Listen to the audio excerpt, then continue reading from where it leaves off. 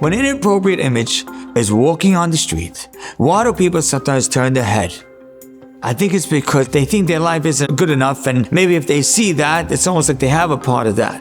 It doesn't make any sense actually as you say it, but in the moment, somehow to the person who's turning his head, somehow it does.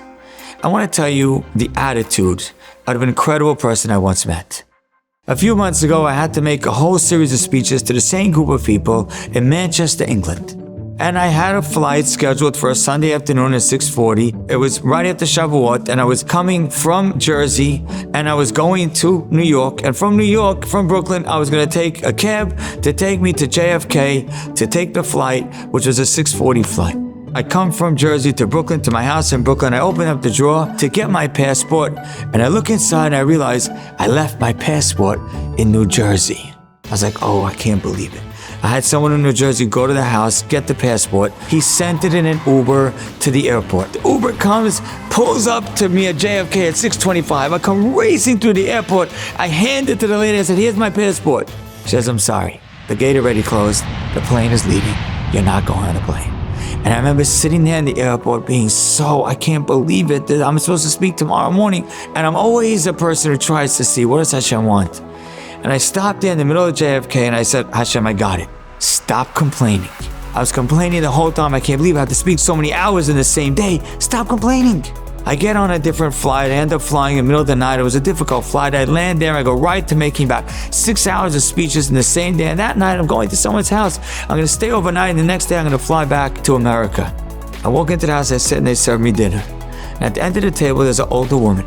And I said, who's this person?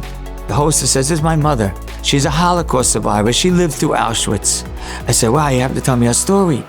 She's about 95 years old. She went through Auschwitz. She lost her father, her mother, her siblings, her grandmother, everything. I said, so tell me a little bit about her. She said, I want to tell you something about my mother. She said, in all the years since, my mother never complains.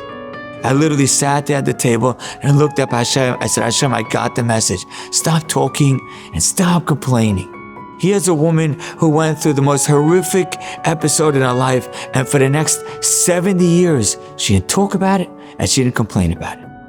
And then they showed me this woman at the later years in her life. She took groups of college students to Auschwitz, and there she was fine talking about her story. This is the crematorium, this is where I slept, this is the infirmary.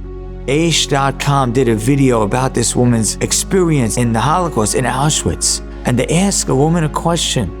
Do you hate the Nazis? And she says, me hate the Nazis? She says, if I were to hate them, then that would mean I have to have hate inside of me. And I don't want to have hatred inside of me. I said, one second, I'm sitting at a table with a woman whose whole family was wiped out by the Nazis, and she doesn't even complain about them? Now that's an attitude in life. What are you looking at? Why are you looking at somebody else, something else? What are you looking at? Be content with the life you have. When you're looking all over the place, it's because you think someone else's life is better than yours. Here's a Holocaust survivor who never had a complaint a day in their life. Why would you have anything to complain about? Look in front of you. Don't look sideways.